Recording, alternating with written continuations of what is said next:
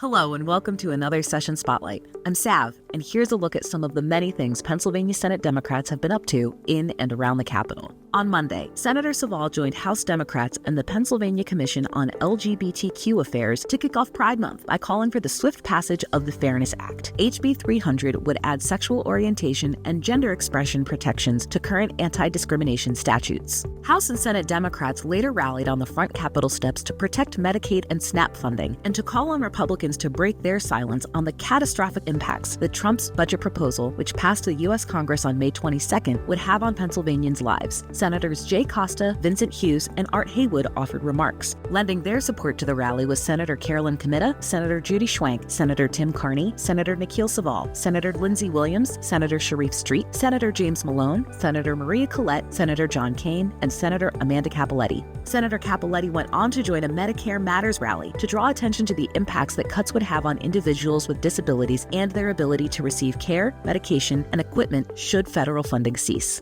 On to Tuesday, Senator Marty Flynn spoke at the Golf Caucus presser to advocate for the sport as a way to bring people together, support charities, and engage young people. At a breakfast meeting ahead of the presser, Senators Jay Costa, Amanda Cappelletti, Nick Piscitano, and Tim Carney stopped by to learn more. Senator Hughes spoke at the Mental Health Partnerships rally on the Capitol steps to discuss the importance of delivering mental health care to young people in Philadelphia. Senator Tim Carney rallied with the Pennsylvania Association of Staff Nurses and Allied Professionals to protect hospitals from closures due to private equity buyouts.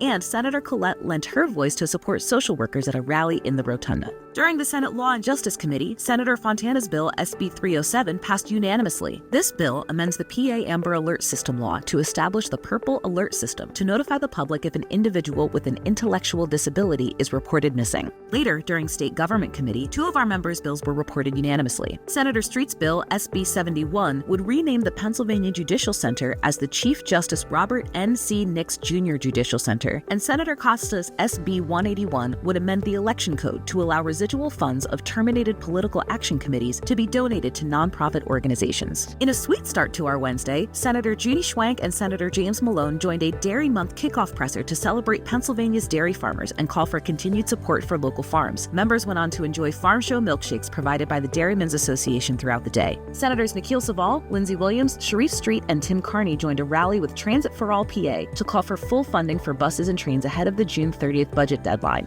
They were joined by hundreds of advocates, activists, transit operators, disabled passengers, and riders from across the Commonwealth. After session, Senator Tartaglione joined a rally in support of after-school programs, calling for increased funding and resources. And Senator John Kane spoke at a rally to ban the use of solitary confinement, calling the practice casual torture. And Senators Lindsey Williams, John Kane, and Patty Kim joined a rally in solidarity with survivors of sexual assault, hosted by Pittsburgh Action Against Rape. Now that we're in the thick of budget season, the Senate will gavel back into session this Monday, June 9th at 1 p.m., and we'll have more updates for you then.